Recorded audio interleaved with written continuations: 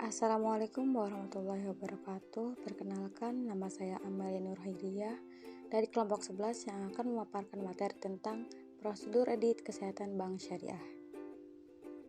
Yang pertama ada konsep kesehatan bank syariah. Tingkat penilaian kesehatan bank merupakan hasil penilaian kondisi bank dalam rangka mengatasi risiko dan kinerja bank. Dapat juga dikatakan penilaian kesehatan bank merupakan cerminan dari kinerja fungsi bank.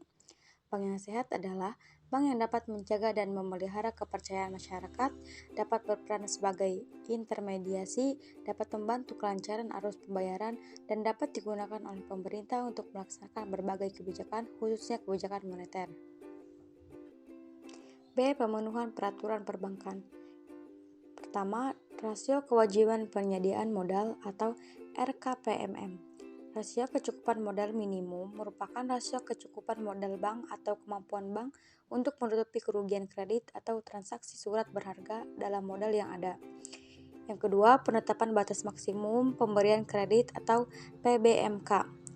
Persentase terbesar dari realisasi dana yang diberikan kepada permodalan BPR, termasuk kredit dan penempatan dana BPR pada bank lain, tidak termasuk giro atau disebut BPMK. Ketiga, penentuan kualitas aktiva produktif. Penerima manfaat kualitas aktiva produktif merupakan salah satu kriteria untuk mengevaluasi hasil bank syariah.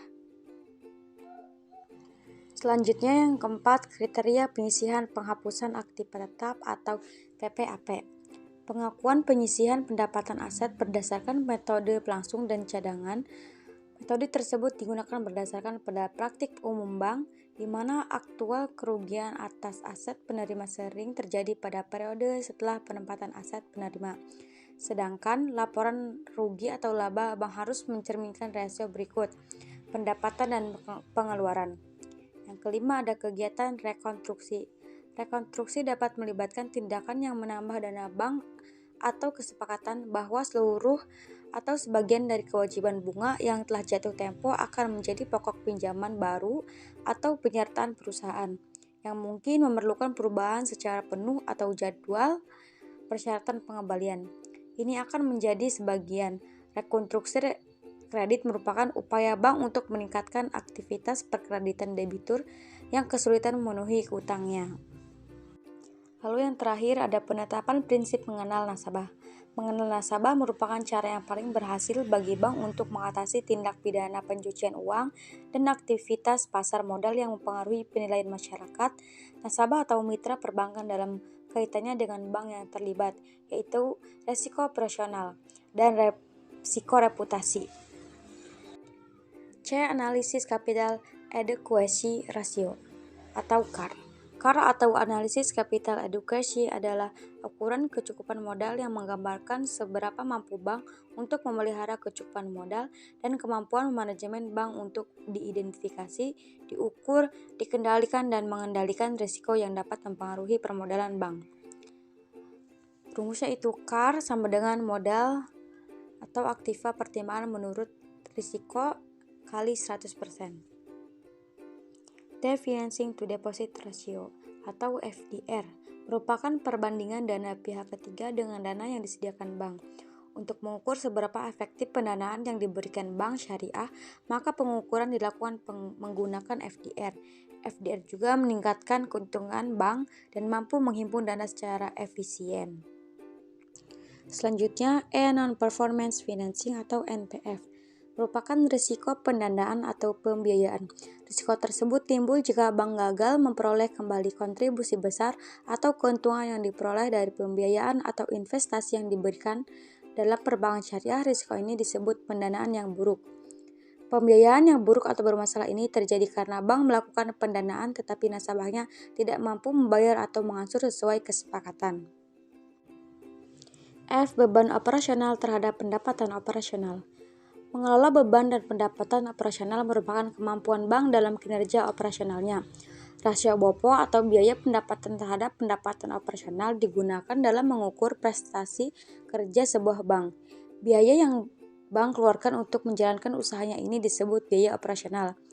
Berdasarkan dengan Denda Wijaya, menurutnya perbandingan antara beban usaha dengan laba usaha merupakan BOPO. Rendahnya rasio BOPO meningkatkan efisien biaya operasional yang bank keluarkan dan berkurangnya laba sebelum pajak juga meningkatnya laba operasional yang nantinya menurunkan laba atau profit ROA dari bank itu sendiri. Berikut rumus rasio BOPO. BOPO sama dengan biaya operasional atau pendapatan operasional dikali 100%. Selanjutnya itu sesi pertanyaan yang pertama, pertanyaan dari Teh Luciana Pratiwi. Apa yang terjadi jika setelah dilakukan audit ternyata bank syariah tersebut berada dalam kondisi yang tidak sehat? Jawabannya, jika bank tidak sehat maka A. Fungsi intermediasi terganggu akibat alokasi dan penyediaan dana untuk pembiayaan sektor-sektor produktif menjadi terbatas. Yang kedua, lalu lintas sistem pembiayaan yang dilakukan perbankan tidak lancar. Yang ketiga, efektivitas kebijakan moneter terganggu. Selanjutnya, pertanyaan yang kedua dari Teh Siti Nur Afifah. Dilihat dari kriteria apa saja untuk menilai tingkat kesehatan bank syariah dan aspek apa saja yang harus dinilai untuk menentukan kondisi kesehatan bank. Jawabannya, penilaian tingkat kesehatan bank mencakup penelitian terhadap faktor-faktor permodalan atau kapital, kualitas aset, manajemen, rentabilitas, likuiditas, dan sensitivitas terhadap risiko pasar. Menurut Peraturan Otoritas Jasa Keuangan Nomor 8 PJOK 03/2014 yaitu penilaian dengan menggunakan indikator profil risiko atau risk profile, corporate governance, rentabilitas, dan permodalan. Yang terakhir ada pertanyaan dari Teh Irma, apakah sudah ada bank yang disebut kategori bank yang sudah tidak sehat? Sebutkan nama banknya dan faktornya bisa terjadi bank itu tidak sehat dan bagaimana dengan nasib nasabah yang menggunakan produk bank tersebut. Jawabannya, untuk bank di Indonesia masih bisa dikategorikan sehat. Suatu bank dikatakan tidak sehat apabila memiliki permodalan yang kuat, di mana dengan modal tersebut bank mampu menjalankan operasionalnya dan menjamin aset-aset yang bermasalah. Jika bank mengalami kerugian, maka lembaga simpan pinjam yang akan bertanggung jawab dalam proses likuidasi bank gagal dan penjaminan dana nasabah hingga titik batas tertentu sesuai dengan peraturan perundang-undangan. Mungkin cukup sekian pemaparan materi dari saya mengenai prosedur audit kesehatan bank syariah. Mohon maaf dan terima kasih atas perhatiannya. Semoga pemaparan materi hari ini dapat dipahami oleh teman-teman semua. Ditutup, wassalamualaikum warahmatullahi wabarakatuh.